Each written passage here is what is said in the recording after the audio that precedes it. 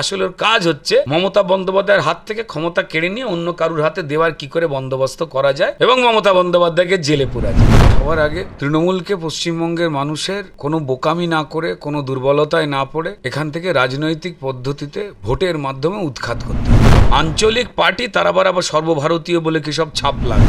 থানাগুলো পশ্চিমবঙ্গে তৃণমূলের block office বা জেলা অফিসের মতো কাজ করে এবং থানার আইসিরা, এসপিরা তারা তৃণমূলের জেলার নেতা বা ব্লকের নেতার মতো আচরণ করে।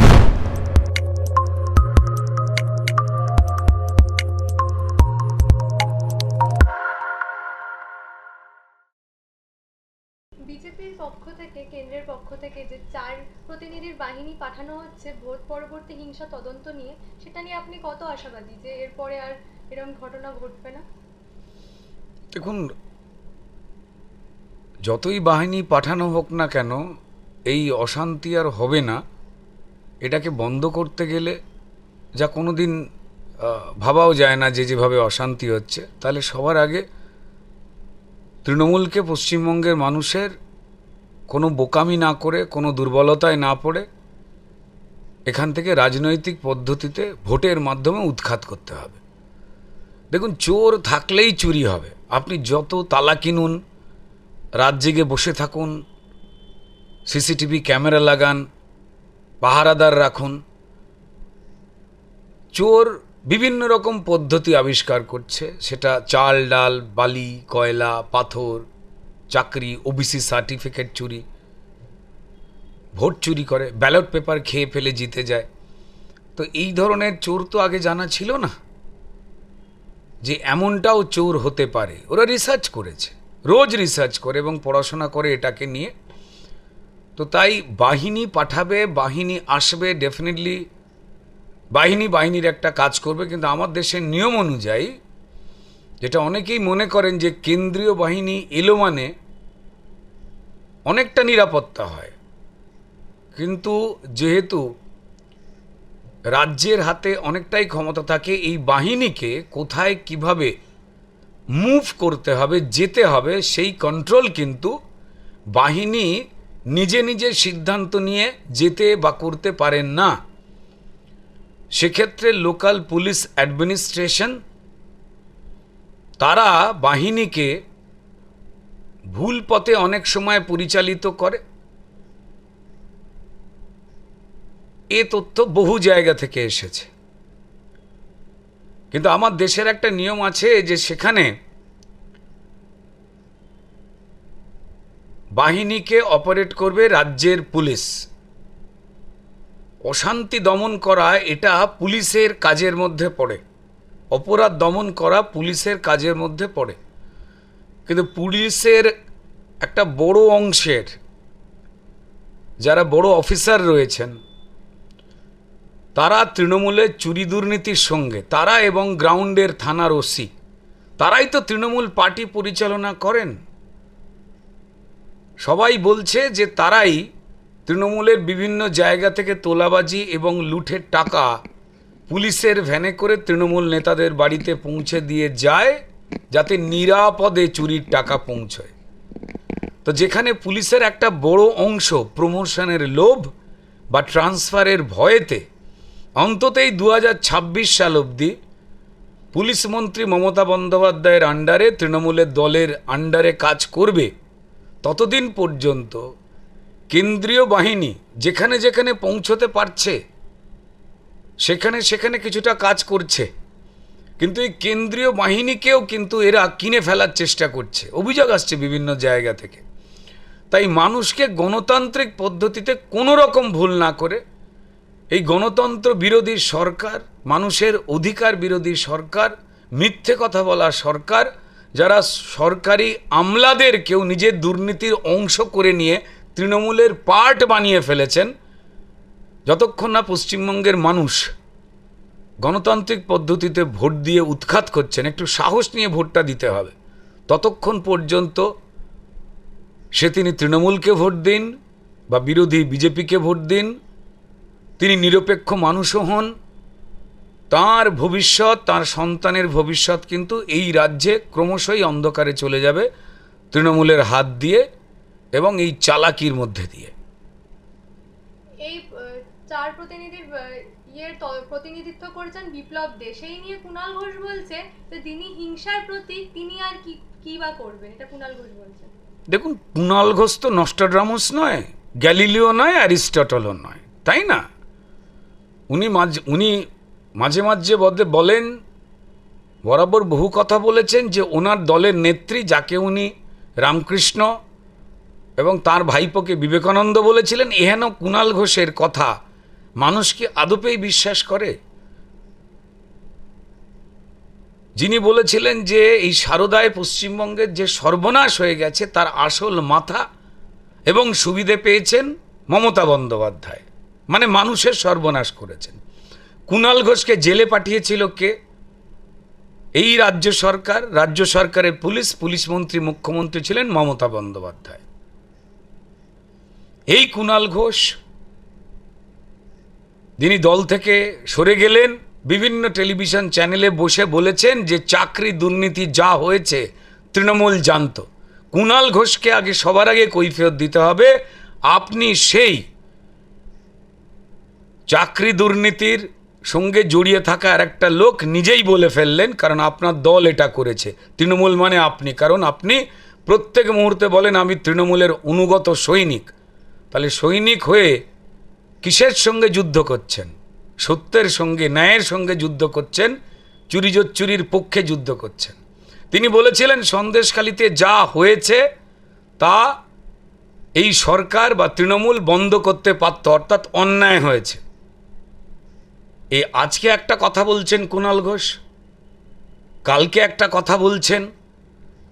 বিরোধী দল সম্পর্কে আজে বাজে বলা ছাড়াও নিজের দলের প্রচুর নেতার সম্পর্কে প্রচুর খারাপ কথা বলেছেন, আবার পরের দিন পাল্টি খেয়ে অন্য কথা বলেন। তো তাই কুণাল ঘোষের কথা নিয়ে পশ্চিমবঙ্গের কোনো সুস্থ স্বাভাবিক মানুষ সিরিয়াসলি নেয় বলে অন্তত পশ্চিমবঙ্গের মানুষই বিশ্বাস করে না। উনি যে কথাই বলেন তার নিচে সারা পশ্চিমবঙ্গের মানুষের কমেন্টগুলো পড়বেন। তাই যে প্রতিনিধি দল আসছে সেটা কেন্দ্রীয় প্রতিনিধি দল। আমাদের পার্টির একটা নিয়ম রয়েছে, সর্বভারতীয় দল, তো তাদের যে টিম, সেই টিম ফ্যাক্ট ফাইন্ডিং টিম বলে, সেই টিম একটা রিপোর্ট তৈরি করে এবং দেয়। এটা নিয়মের মধ্যে পড়ে। ওনাদের দলে তো এসব নেই। পশ্চিমবঙ্গের বাইরে বিভিন্ন জায়গায় প্রচুর টাকা পয়সা খরচ করে হামাগুড়ি দিচ্ছেন। আঞ্চলিক পার্টি, তারা আবার সর্বভারতীয় বলে কি সব ছাপ লাগায়। তো ওনারা এই নিয়মগুলো জানবেন কি করে? ওনাদের পক্ষে তো জানা সম্ভব নয়। যেগুলো জানেন না সেগুলো নিয়েও কথা বলছেন। এটা আমাদের দলের নিয়মের মধ্যে পড়ে।